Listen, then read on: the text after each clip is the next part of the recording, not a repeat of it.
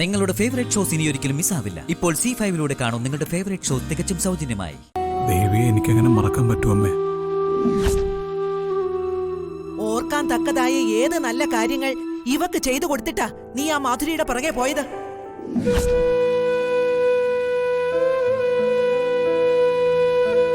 ജീവിതാവസാനം വരെ കരയാനുള്ള കാര്യങ്ങൾ ഒരുക്കി കൊടുത്തിട്ട് പോയതാണോ നിനക്ക് മറക്കാൻ പറ്റാത്തത്?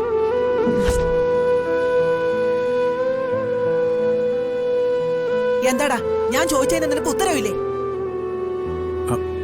അമ്മേ, ഈ ദേവിയുടെ കഴുത്തില് താലി കെട്ടിയവനാ ഞാൻ. എന്ത് താലി? ഏത് ദേവി? ഒരു പെണ്ണിന്റെ സീമന്ത സ്വപ്നങ്ങളുടെ സാക്ഷാത്കാരമാ ഈ താലിമാല.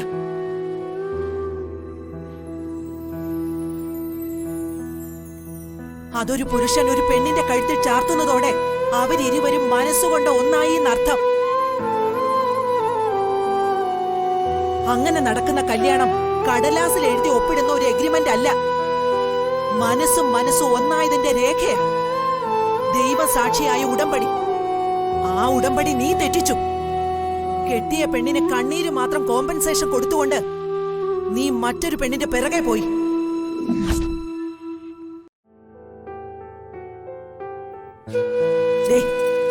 ഈ കഴുത്തി കിടക്കുന്ന താലിയുടെ പവിത്രത പുതിയ തലമുറയിൽപ്പെട്ട പലർക്കും അറിയില്ലായിരിക്കും. പക്ഷേ ചെമ്പകമംഗലത്തെ രാജലക്ഷ്മി അമ്മയ്ക്ക് അതറിയാമടാ. അതറിയാവുന്നത് കൊണ്ട് തന്നെ നീ എനിക്ക് ശത്രുവാ.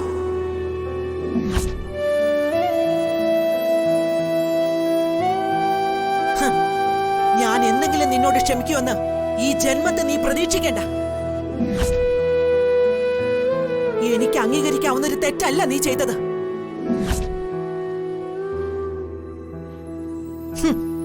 അവൻ ദേവിയെ സ്നേഹിക്കാൻ വന്നിരിക്കുന്നു.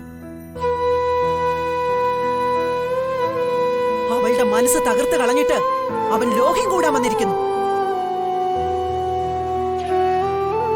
നീ ഒരുത്തൻ കാരണമാ ഈ തറവാട്ടിൽ ഇങ്ങനെയെല്ലാം സംഭവിക്കുന്നതും സംഭവിച്ചുകൊണ്ടിരിക്കുന്നതും. ഞാൻ ഒരിക്കൽ കൂടി പറയാ, നിന്നെ എന്റെ കൺമുന്നിൽ കണ്ടുപോവരുത്. ആ മുൻവാതിൽ കടന്ന് നീ ഇതിനകത്തേക്ക് കയറി പോവരുത്.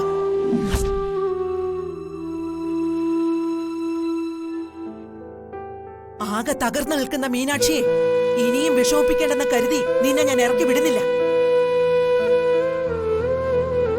അത് കണ്ട ആ കുഞ്ഞ് വീണ്ടും കരയും. എന്തായാലും അവളുടെ അച്ഛനായി പോയില്ലേ നീ?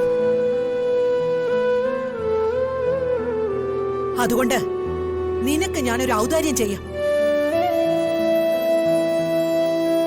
പരോള് കഴിഞ്ഞ് മടങ്ങുന്നത് വരെ ഔട്ട് ഹൗസ് നിനക്ക് ഉപയോഗിക്കാം.